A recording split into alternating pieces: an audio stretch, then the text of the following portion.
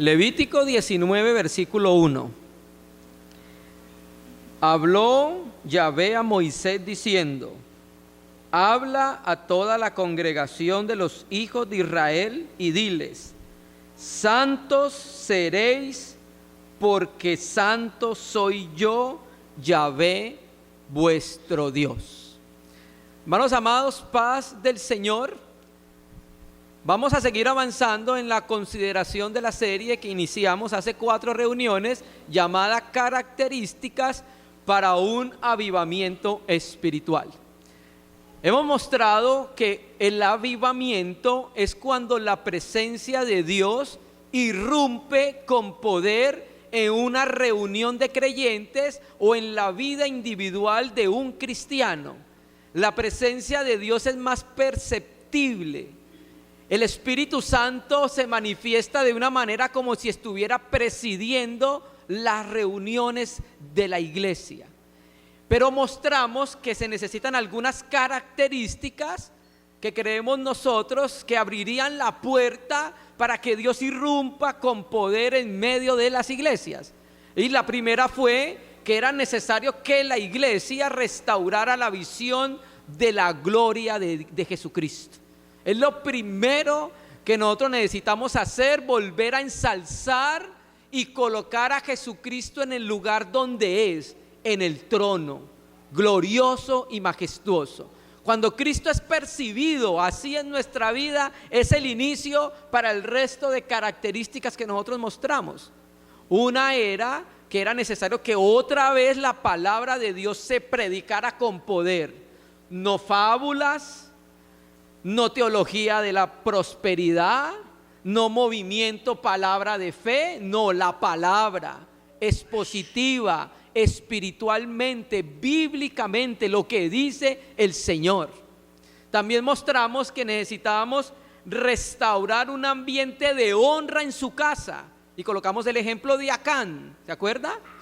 Que por haber robado del anatema, Dios no podía estar en medio de la asamblea, y le dijo a Moisés: si ustedes no quitan eso, yo no podré estar más con ustedes. O sea, su presencia manifiesta en medio de la casa de Dios. Y la reunión anterior fue que cuando vamos próximos a un avivamiento, la restauración de la convicción de pecado y arrepentimiento es puesta en medio de la iglesia.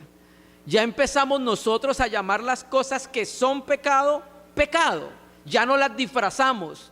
Porque generalmente nosotros los cristianos hay veces disfrazamos las cosas pecaminosas para llamarlas de otra manera, para seguir deleitándonos en ella. No, un avivamiento restaura una clara convicción de pecado y nos lleva, por supuesto, a arrepentirse. Y si alguien pregunta que la iglesia no necesita arrepentirse, leímos las 5 de las 7 epístolas que le envía el Señor a las iglesias en Apocalipsis, ¿recuerda? Y a 5 de ellas le dice que se arrepienta, en imperativo y en aoristo. Bien, terminemos con el último punto. Naturalmente creemos que hay más. Usted puede mirar los avivamientos en la historia de la iglesia y generalmente hay estas características. Último punto, iniciamos leyendo Levítico capítulo 19, versículo 1 y 2. Hay algo en teología que se llama las perfecciones o los atributos de Dios. Los que estuvieron estudiando conmigo en clase saben que existe eso en la teología. Y hay una perfección o un atributo de Dios que sin lugar a duda sobresale mucho en las Escrituras, y es la santidad. O sea, la Escritura revela muchas características o perfecciones de Dios. Son reveladas en la Biblia, pero sin lugar a dudas, la santidad de Dios es la que más aparece de Génesis a Apocalipsis. Bien, y Dios es un Dios santo, apartado completamente de cualquier forma de pecado, de cualquier maldad. Él es un Dios que está en luz, quiere decir que Él no habita cerca de las tinieblas. Bien, Él no hay igual a Dios porque Él es distinto en su creación en cuanto a santidad. Y eso lo saben los seres espirituales angélicos, porque cada vez que adoran al Señor siempre le dicen santo. Los serafines, los seres vivientes, los ángeles, siempre dicen a Dios santo. Bien, entonces esa santidad describe la personalidad de Dios, la personalidad divina de Dios. Bien, y en el Antiguo Testamento la santidad de Dios era lo que los distinguía de los falsos dioses en Egipto. ¿Y por qué traigo esta frase, falsos dioses en Egipto? Porque lo que vamos a hablar mayormente compete a la nación de Israel saliendo de Egipto, camino a la tierra de la promesa. Bien, entonces Dios es Kadosh, separado, alejado del mal. Bien, y cuando Dios empezó a revelársele a Israel, Israel tenía un llamamiento. ¿Cuál era? Ser una nación santa, una nación separada del resto de las demás naciones de la tierra. Por eso Dios se manifestó con su presencia santa, y por eso le dio instrucciones santas a Israel. Bien, entonces Israel tenía que ver el carácter santo de Dios, que era el modelo que debían seguir los israelitas. Entonces Levítico 19, 1 y 2 es una declaración fundamental para Israel entender por qué tenía que ser una nación santa. ¿Por qué? Yo Yahvé, porque yo soy santo. Y ellos eran un pueblo que él había adquirido, con el que se había comprometido. Entonces esta declaración de Levítico 19, 1, 2 es fundamental porque da la razón para una vida santa del pueblo de Dios, que es el tema principal en el libro de Levítico. Bien, Dios en el libro de Levítico está enseñando al pueblo de Israel, que es su pueblo, a vivir de una forma antitética. ¿Qué es antitética? Contraria. De antítesis, que es lo contrario. Entonces Dios, cuando Israel fue saliendo de Egipto, enseñó a vivirle una vida de forma antíteca. Dios en ese libro utiliza una forma de enseñanza, y es que las distinciones entre lo limpio y lo impuro, ¿usted no lo ha leído? Hace mucho énfasis en eso. ¿Para qué? Para enseñar a Israel a separarse de las otras naciones que eran idólatras, que eran paganas, ¿cierto? Y ilustra ese principio mediante los preceptos que el pueblo debía aprender a vivir en su camino a la tierra de la promesa. ¿Por qué Dios enseñaba a Israel por medio de lo limpio y lo impuro a vivir una vida de forma antitética? Porque Israel, escúchame bien, había vivido 400 años en Egipto, rodeado de ¿qué? Idolatría, paganismo, dioses falsos, un ambiente mundano. Entonces Israel en ese tiempo perdió el concepto de santidad. Y lo que vamos a estudiar de la palabra hebrea Kodesh, que significa santo también o separado, en la Biblia esa palabra Kodesh aparece más de 380 veces en el Antiguo Testamento. O sea, se ve que hay una intención del Espíritu Santo de enseñarle algo a Israel con esto.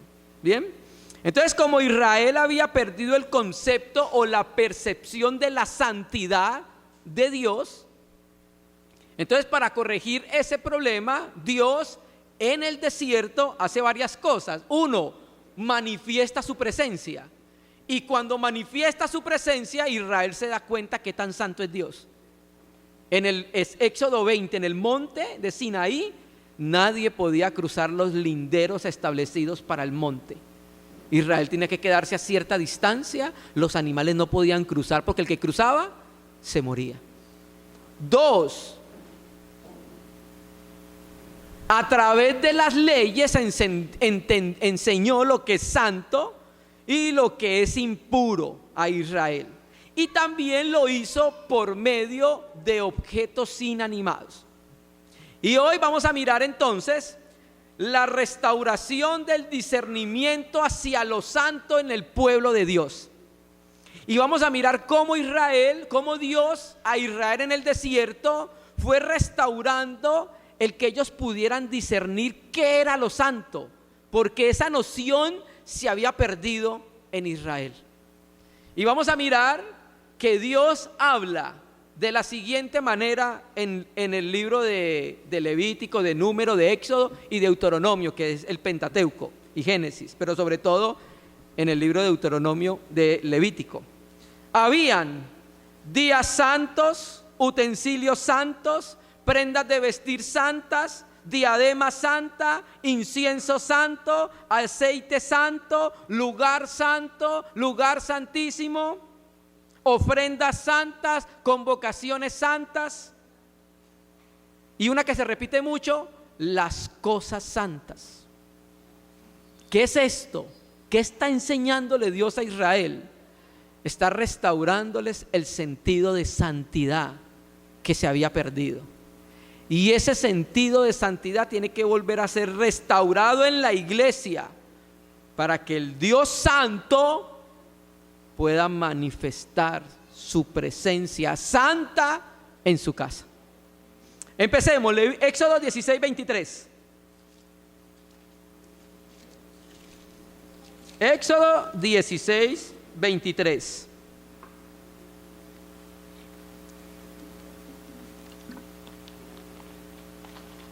Recuerde, solo vamos a ver las enseñanzas en el desierto. Éxodo 16:23. Días santos.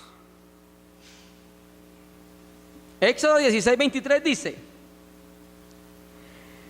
y él les dijo, esto es lo que ha dicho Yahvé: mañana es el santo día de reposo, reposo consagrado a Yahvé.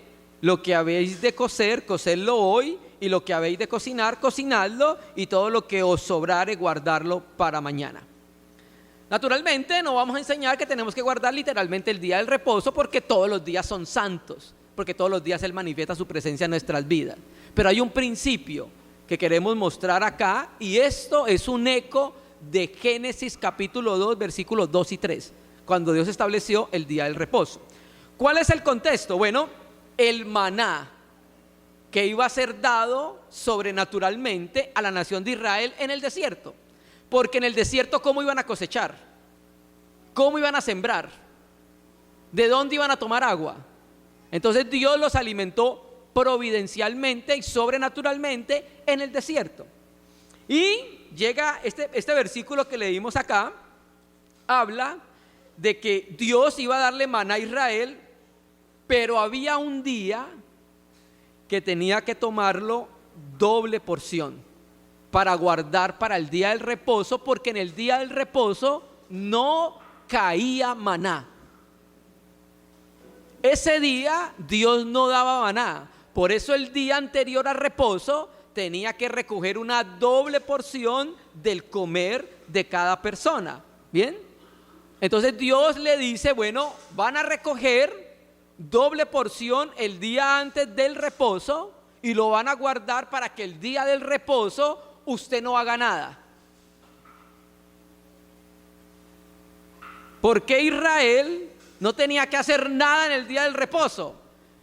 Porque Israel se iba a dedicar a adorarlo. Ese era el sentido del día del reposo. Se iba a apartar de todos sus quehaceres naturales legítimos y se iba a dedicar única y exclusivamente a Él, a adorarlo.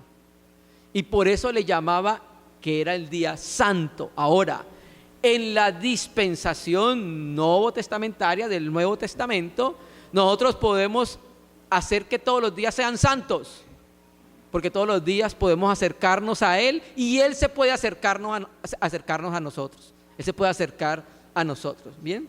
Entonces Dios apartó ese día inicialmente como una señal porque era tiempo para adorar a Dios. Y teológicamente significaba que toda la semana le pertenecía a Él. Pero ese día Israel no iba a recoger ni siquiera maná, lo iba a hacer el día anterior. Y al otro día dedíquese a buscarlo, dedíquese a honrarlo. Por eso el día se llamaba día santo. Bien, vuelvo, insisto, en la economía del Nuevo Testamento ya no nos habla de días santos. Santo es cuando su presencia se manifiesta, cuando nosotros lo buscamos. Eso es lo que es santo. ¿Recuerda cuando a Moisés y a Josué se le dijo que quitara el calzado de sus pies? Y le dice, quítalo porque el lugar donde estás, ¿era qué? Santo. ¿Será que un pedazo de tierra es santo? No. ¿Qué lo hacía santo? Su presencia. Por eso era santo el día, por eso era santo el lugar, porque Él manifestaba su presencia santa, que lo santifica todo. Entonces, este día santo nos enseña a nosotros a ordenar los asuntos en nuestra vida para darle prioridad a Dios. ¿No le ha pasado que cuando va para el trabajo y si no se levanta un poquito más temprano, lo coge el día y luego dice, voy a estar en la presencia del Señor más tarde? Y luego pasó algo en el bus que no pudo orar, y luego llegó al trabajo y lo atarearon de trabajo, y luego al mediodía hubo un chicharrón en el trabajo y tuvo que almorzar ahí rápido en el escritorio y no tuvo tiempo de descansar, y llegó a la casa y tuvo que solucionar un problema de la casa y no pudo estar en la presencia de Él. ¿Te entiendes? Entonces esto nos enseña a nosotros a priorizar lo primero, buscar su presencia santa y ser obedientes a su palabra. 1, días santos. 2, utensilios santos. ¿De verdad hay utensilios santos? Texto, Número capítulo 18, versículo 3. Número 18, versículo 3.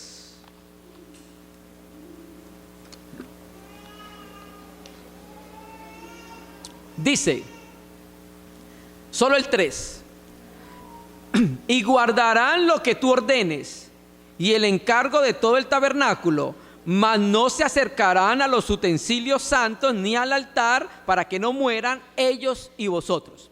¿De qué está hablando? Versículo 1, lo pueden leer ahí, se dan cuenta que está hablando de Aarón,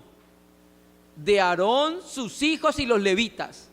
Y los levitas, ¿qué eran los levitas? Sencillo, venían de la tribu de Leví, por eso se llamaban levitas.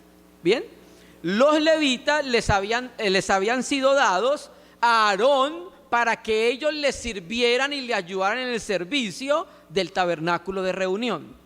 Ahora, este versículo es una respuesta al versículo 17, mírelo ahí, al 13 del capítulo 17. Cualquiera que se acercare, el que viniere al tabernáculo de Yahvé morirá. ¿Acabaremos por perecer todos? Entonces, esto es una continuación, una respuesta a eso que acaban de preguntar el pueblo. Bien, la respuesta es que no, porque el Dios de la gracia, el Dios de la misericordia dice que no todos van a perecer. ¿Por qué?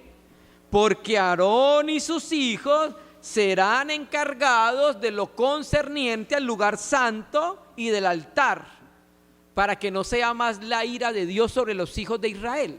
Bien, entonces, ¿qué tenían que hacer los levitas? Atender a los sacerdotes como siervos, porque Dios los había dado como siervos a los sacerdotes, los levitas, para ayudar en el servicio del tabernáculo. ¿De qué nos habla esto? De servir en comunión. Bien, pero el punto importante es que el sentido de lo santo era tan alto que incluso Israel y los servidores debían percibir que los utensilios con los que servía eran santos. Mire, hermanos, el sentido de santidad de Dios era tan alto para Israel que el coger una cuchara, en términos modernos, el coger un tenedor que estaba en el tabernáculo de reunión, eso era algo que era santo. ¿De verdad, hermano? ¿Una cuchara y un tenedor? Sí. Y eso tan sencillo es lo que Dios estaba utilizando para restaurar la noción de santidad en Israel. Los utensilios santos. ¿Por qué eran santos? Porque eran para un fin: servir al santo de los santos. Para eso era.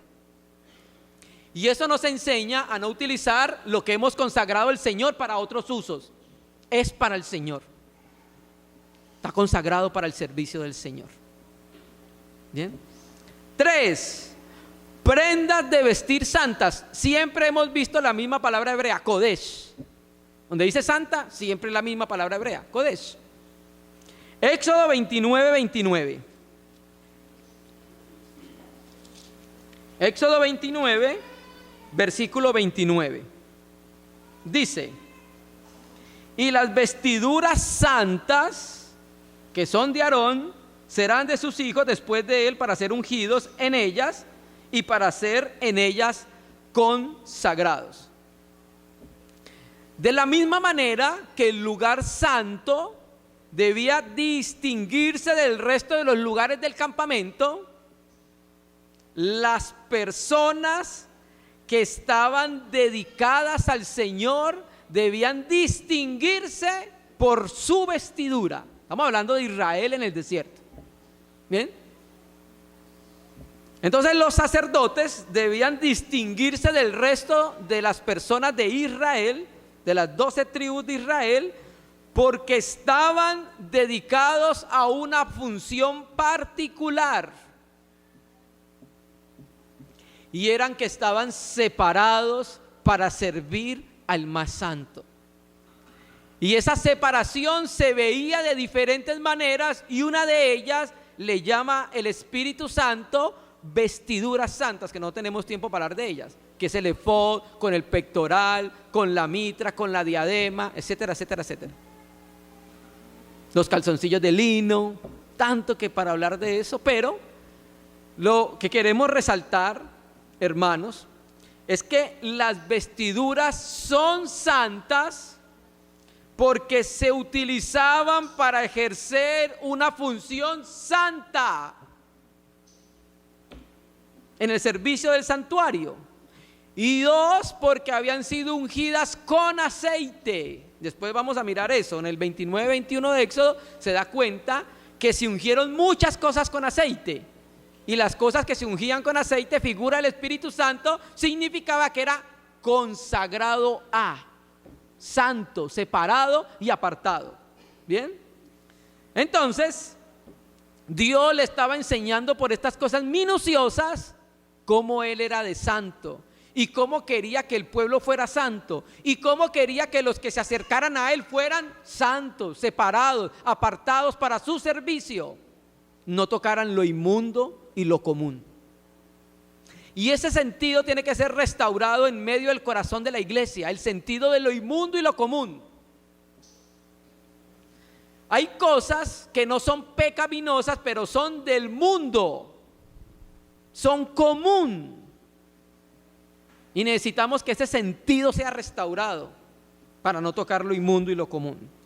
4, diadema santa.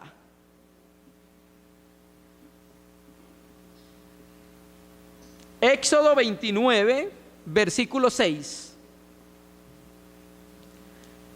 Y luego Éxodo 28, 36. Éxodo 29, versículo 6 dice: y pondrás la mitra sobre su cabeza, y sobre la mitra pondrás la diadema santa. Otra vez, Kodesh. Atrás la página 28:36 dice: harás además una lámina de oro fino y grabarás en ella como grabadura de sello santidad a Yahvé. ¿Qué era la mitra? Un turbante. Los que le ponen las personas de allá de Medio Oriente, es un turbante. Bien. Y en el turbante colocar una lámina en oro, ahí, al sumo sacerdote. Bien. Y la lámina en oro tenía unas letras grabadas. Todo el que lo miraba, ¿qué leía? Santidad a Yahvé. O sea que él era el primero en representar esa santidad, el sumo sacerdote. Por eso, hermano, cuando hablamos de los ministros de la palabra, hablamos de la relación que hay entre lo que predican y lo que viven. Y Aarón nos está enseñando eso. ¿Bien? Entonces, por este medio, Aarón y el pueblo, ¿qué recordaba? Que Dios es santo.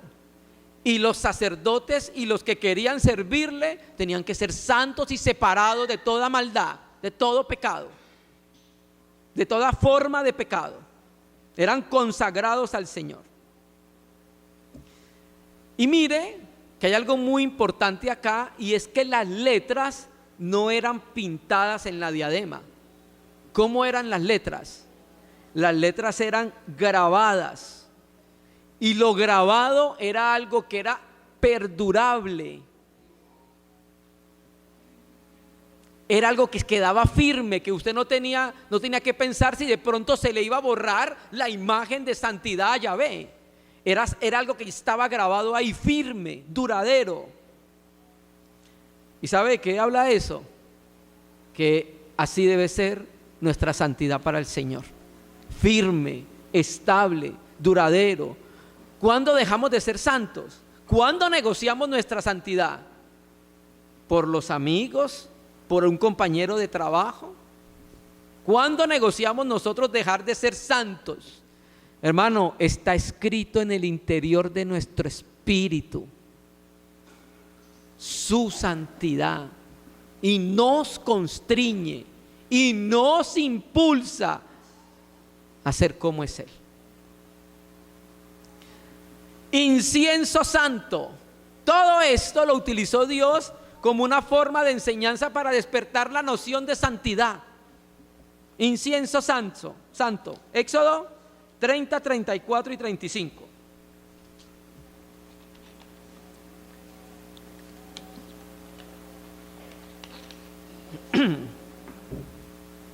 Éxodo 34, 35 dice: dijo además Yahvé a Moisés: toma especies aromáticas, estacte y una uña aromática y galbano aromático e incienso puro, de todo en igual peso, y harás de ello el incienso un perfume según el arte del perfumador, bien mezclado, puro, ¿y qué más? Santo. El mismo término, kodesh. ¿Bien? Ese incienso, cuando se quemaba, el humo salía blanco. Por eso habla de puro. Ahí tiene que ver con blanqueza, con pureza. ¿Bien? Entonces, hermano, este incienso era tan sagrado, tan santo, que tenía que seguirse las direcciones del Espíritu Santo para su mezcla. No podía mezclársele de otra manera. Ay, pero es que si yo le echo una gotica de, quedaría como oliendo mejor, ¿no? ¿Sí? No, de acuerdo al mandamiento santo.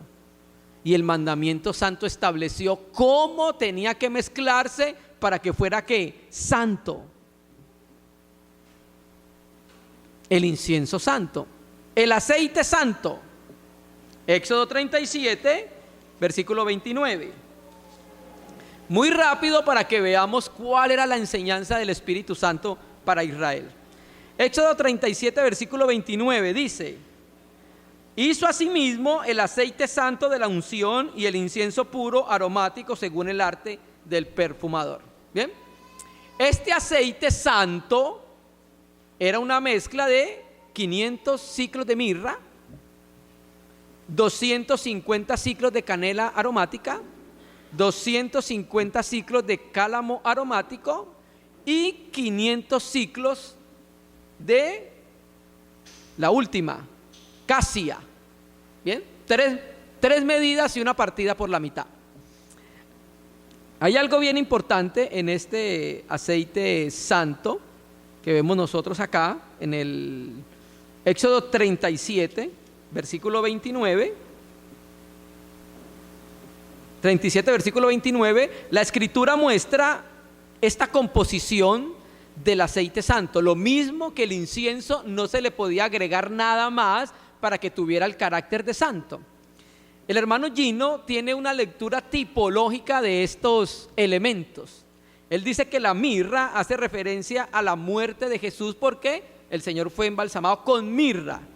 Él dice que la canela aromática habla del olor fragante de la muerte del Señor, que representa el holocausto, que era un sacrificio que no era para apacentar la ira, sino para subir como aroma agradable al Señor. Bien, el cálamo habla de la caña que se levanta de en medio del barro. Entonces Gino decía que hablaba acerca de la resurrección del Señor Jesucristo. Y la acacia es una resina que ahuyentaba las serpientes en Israel en ese tiempo.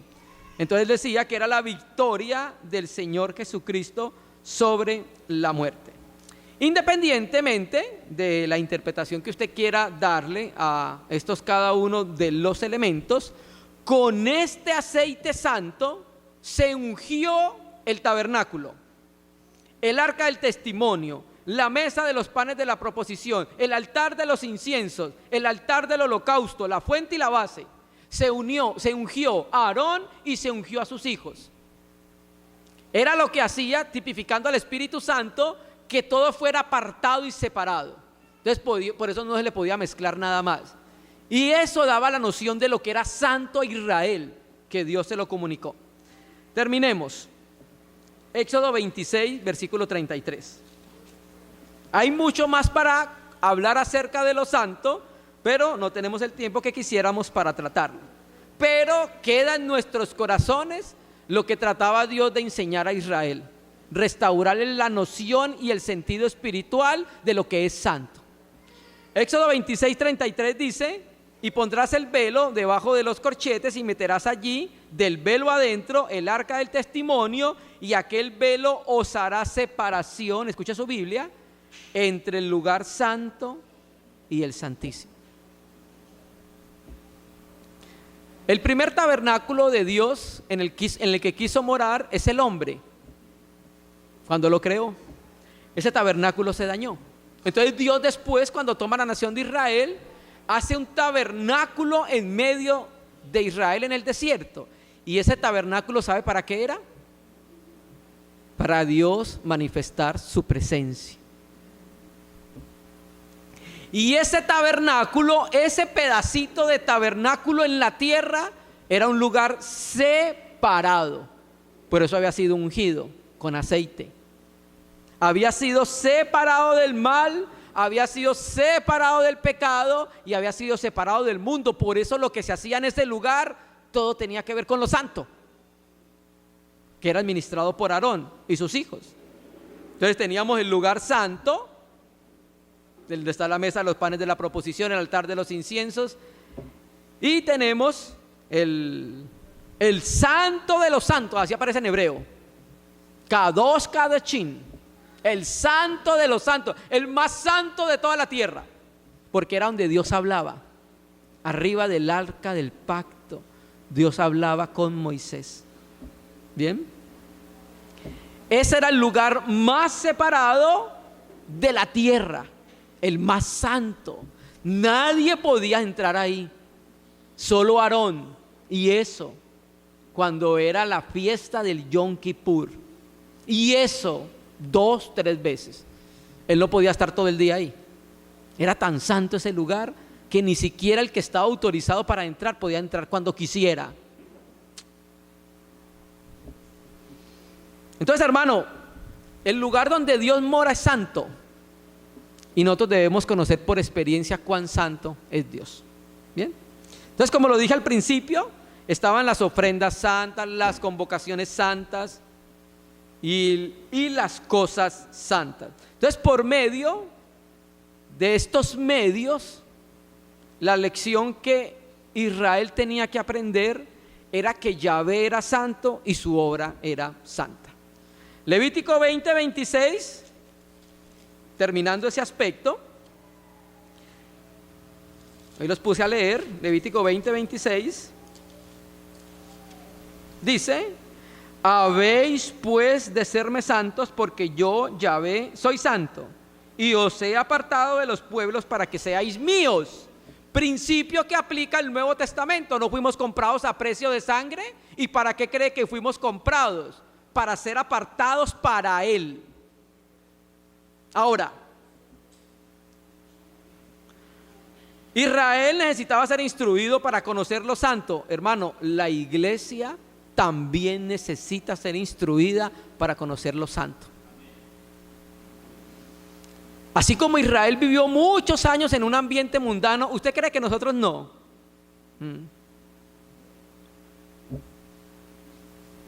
Entonces la palabra del Señor, su Espíritu, nos va a empezar a ayudar a reconocer lo que es santo, hermanos.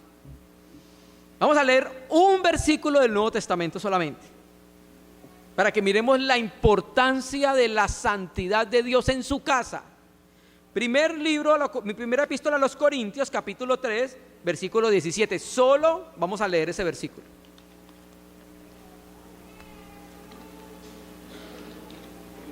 Primera Corintios, capítulo 3, versículo 17. Mire cómo dice su Biblia. Preste atención a su palabra. Si alguno destruyere el templo de Dios, Dios le destruirá a él, porque el templo de Dios, el cual sois vosotros, santo es. Entonces ahora en el Nuevo Testamento el pueblo de Dios tiene el mismo llamamiento en Cristo a la santidad. Y la iglesia necesita percibir por el Espíritu cuán santo es Dios. Contexto de los corintios. Los corintios eran santos en posición, pero no tenían el fruto de la santificación. Por eso había murmuración, por eso era división, por eso había contienda, etcétera, etcétera, etcétera. Eso no es el fruto de la santificación, fruto de la santidad. ¿Bien? Y vamos a mirar cómo este versículo nos enseña el valor de la santidad. ¿Cuál es el contexto de este versículo? Las divisiones en la iglesia, ¿qué hacen? Atentan contra la unidad del cuerpo de Cristo. Y la iglesia en Corintio lo estaba haciendo. La iglesia, ¿qué es? Es el edificio de Dios, es su santuario y donde el Espíritu Santo mora en los versículos anteriores. Cuando alguien genera división y problemas en la casa de Dios, está luchando en contra del proyecto que Dios tiene. ¿Cuál? Edificar su iglesia en unidad. Entonces, esto que estaban haciendo los corintios era un pecado gravísimo. Entonces dice el texto: si alguno destruyere el templo de Dios. Entonces, ¿cómo se iba a destruir o arruinar el templo de Dios? Porque aquí el término es más bien arruinar. ¿Cómo se arruinaría el templo de Dios según el contexto? Rompiendo la unidad de la iglesia por medio de divisiones, por medio de partidismos, por celos, envidias y contiendas. O sea, resumo, pecado. ¿Bien? Entonces, aquí destruir, como lo dije ahorita, tiene el sentido de dañar a la iglesia local, apartándola de la vida de santidad y la vida de pureza y la vida de pureza doctrinal en la que la iglesia debe permanecer. Mire, en el Antiguo Testamento, cuando alguien cometía una acción pecando en contra del santuario terrenal, ¿sabe cuál era el castigo? Pena capital. Hablando del templo, el santuario en el Antiguo Testamento. ¿Bien? Y entonces ahora dice Pablo, si alguno destruye el templo de Dios, ¿qué dice su Biblia? Dios le destruirá a él. ¿Qué está diciendo Pablo? Está enseñando que la disciplina de Dios sobre aquella persona que trate de arruinar su templo, sí o sí va a venir. Si algún creyente quiere arruinar el edificio de Dios que está construyendo, no le espera sino disciplina por parte del Señor. Eso es lo que trata de decir el texto a él. ¿Bien? ¿Por qué? Porque Dios es celoso de su casa y el versículo termina dando la razón de por qué Dios lo va a destruir a él. En este caso va a entrar en un acto disciplinario. ¿Cómo dice su Biblia? Y ahí da la razón, el por qué es la explicación. ¿Cuál es la explicación? Porque el templo de Dios, el cual sois vosotros, santo. ¿Ve el alto valor de la santidad para Dios? ¿Ve lo que pasaba cuando uno trataba de arruinar el edificio de Dios, que es su casa? Dios dice que iba a destruirlo, o sea, iba a entrar en disciplina con aquellos que intentaran destruir el proyecto que tiene Dios con la iglesia, que es edificarla. Dios lo va a destruir a él. Y explica la razón. ¿Cuál es? Porque el templo que somos nosotros, ¿sabe qué es? Santo es. Entonces, esa es la razón del juicio de Dios. La iglesia, que es el santuario de Dios, es ¿qué? Santa, separada. Y esto nos ayuda a crecer en discernimiento hacia lo santo. ¿Usted recuerda cómo Dios destruyó a los que profanaron su santuario en los tiempos de Israel en el desierto, en Levítico? Nabá y Abiú. ¿Sabe qué dice el texto? Que fueron quemados, pero no fue un fuego natural, porque las vestiduras quedaron intactas y se las dieron a sus hermanos.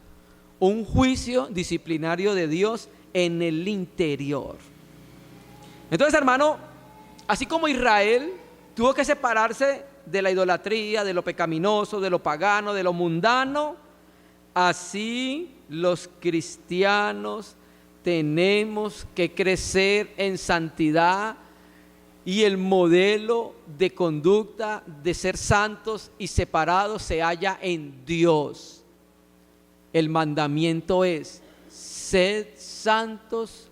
¿Por qué? Esa es la razón, porque Él es separado. Y la santidad no es una opción de vida, mis hermanos. La santidad es una condición natural del que ha sido santificado. Así que estamos siempre a tiempo de volvernos al Señor para vivir vidas separadas en todos los aspectos de nuestra vida. ¿Cómo son nuestras conversaciones? ¿Santas? ¿Impuras? ¿Que deshonran al Señor? ¿Cómo es nuestra conducta? ¿No hay testimonio en los de afuera con nuestra conducta? Y si no hay testimonio en los de afuera, quiere decir que no es santa. ¿Cómo son nuestros pensamientos? ¿Son santos? ¿Usted se da cuenta cuando viene un pensamiento a su vida que no honra al Señor y usted se enfrenta a eso? ¿O se deleita y deja que arme una película en su mente? ¿Cómo son nuestras relaciones? ¿Santas?